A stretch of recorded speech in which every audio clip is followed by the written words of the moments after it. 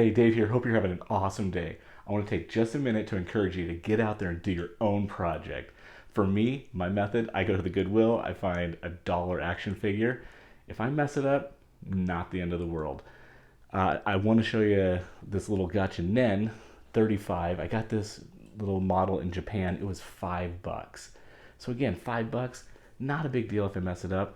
If I was working on a $40 model and I painted that thing up and I wanted to experiment, I don't know, it'd be a little nerve wracking, but again, $5, not that big of a deal. Today I want to show you some tips and tricks that I used just to weather them up, do some cool little things. I am not a professional model builder at all.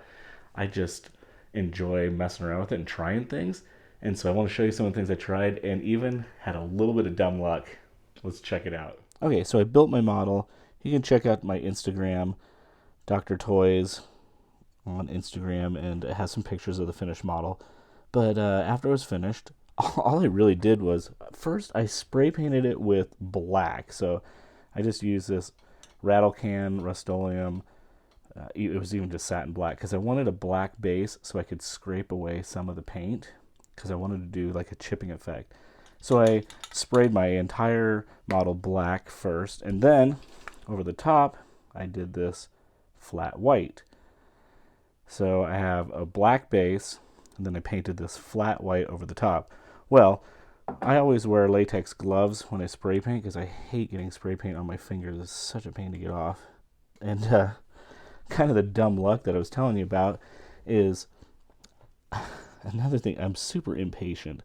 So I'm waiting for this thing to dry, and I'm like trying to hold it in certain areas, and I thought it was dry.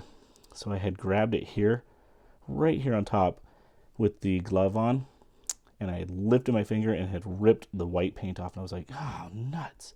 Are you kidding me? So I was like, well, I better go respray it. And I thought, wait a minute. That looks pretty stinking cool.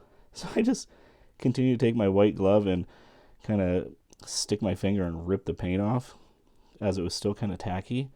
I I have no clue if that's like a really smart way of doing it, but it worked for me, so I'm pretty pleased with it. So I took my latex glove and I kind of just picked at it and pulled some pieces off. Then I actually let it dry a little bit. And this is not unique to me. I actually have been watching some model builders and just seeing professional tips on what they do.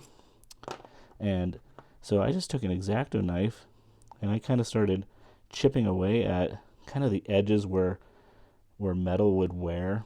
So I kind of just scratched away at it, scratched away. Anywhere where I thought it would get some kind of daily wear. So that gave it a pretty cool effect. You can definitely see some of that scratching away right in here, along in here. Did quite a bit on the edges here. Then I use, and there's probably better things out there, I'm not sure, but I grabbed this just at my local hobby store, actually just Hobby Lobby, and always take your cell phone with you. They always have 40% off coupons, sometimes 50% off coupons, but this rust and streaking effect gives it some pretty cool kind of patinaed effects really easily. So that is that, and let me just kind of show you how I apply it. I literally do 2 or 3 drops, and then I took this paintbrush right here. It's all ratty and not that great, but I literally would just touch it here and pull down. Sometimes just take your finger and smear it. You can see sometimes you just let it pool up and then kind of just pull it downward, fill in some gaps down here.